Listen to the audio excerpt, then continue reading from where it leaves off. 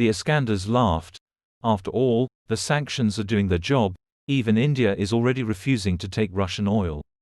Putin still has money for the war, but not in the quantities that would make him comfortable. After listening to the fence songs, the bald political pornographer called on America not to play the fool and returned to cooperation. In response, the United States began urgent negotiations with the G7 on the confiscation of Russia's frozen reserves. The White House is insisting that the G7 nations come up with a strategy for using Russian assets by Feb 24, the second anniversary of the invasion. Thus, the allies are asked to determine whether the money will be used to restore and support the Ukrainian economy or for military purposes. The Russian Foreign Ministry threatened to sever relations with the United States if frozen assets of the Russian Federation are confiscated.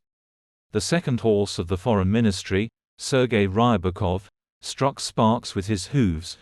We are ready for any scenario, and the United States should not have the illusion, if it exists, that Russia, as they say, holds on to diplomatic relations with this state with both hands.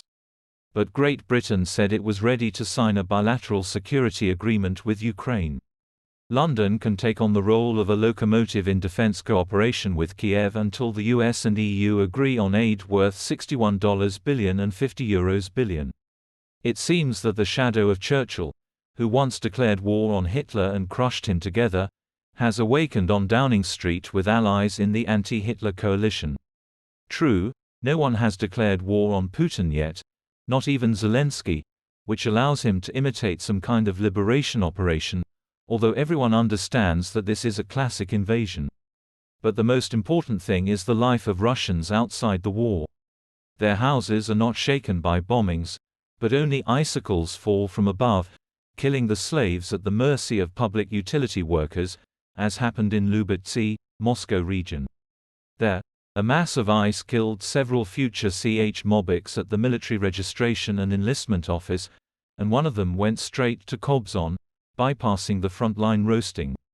By the way, this week the number of fried ones reached 350,000. The Ministry of Defense celebrated a kind of anniversary with a large gathering with the participation of the Rat Commander, who again growled from the podium at the West.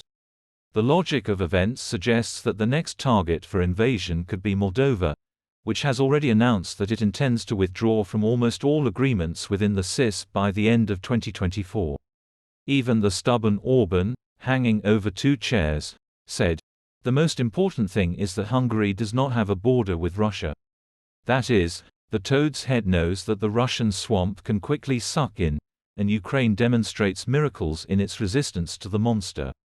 The head of the Central Bank of Finland and former European Commissioner Olli Rehn proposed to bypass Hungary's veto on economic support for Ukraine by redirecting €80 billion from its stabilization fund to help Kyiv. And perhaps the EU countries will take advantage of this proposal when they gather for an extraordinary summit on February 1. And the UN Security Council is once again demonstrating its worthlessness by postponing the vote on the resolution on the war between Hamas and Israel. The war in the Middle East is not limited to the Gaza Strip, where the IDF has already destroyed Hamas' main communications center.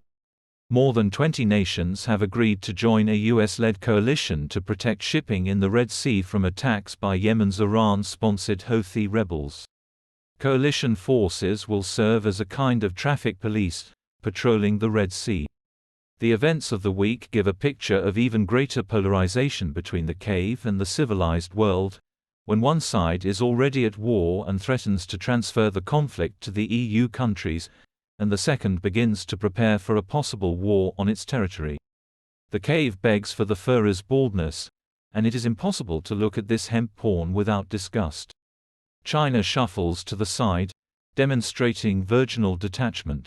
There are sparks in the offices near the Kremlin, and information leaks speak either of Patrushov's dissatisfaction with Kiriyenko's vigorous activity, or of Patrushov's own involvement in the liquidation of Prigozhin. The gang is uneasy. The latest grab with the use of money from Western companies that escaped from the gateway has occurred. The swamp is chomping, but there won't be such easy money anymore. This means they will start tearing each other apart. In the meantime, The fascist Oppo dogs, the Milewskis and other Kirkorovs are frolicking at a naked Moscow party, dropping the already low libido of the deep dwellers at 6:30.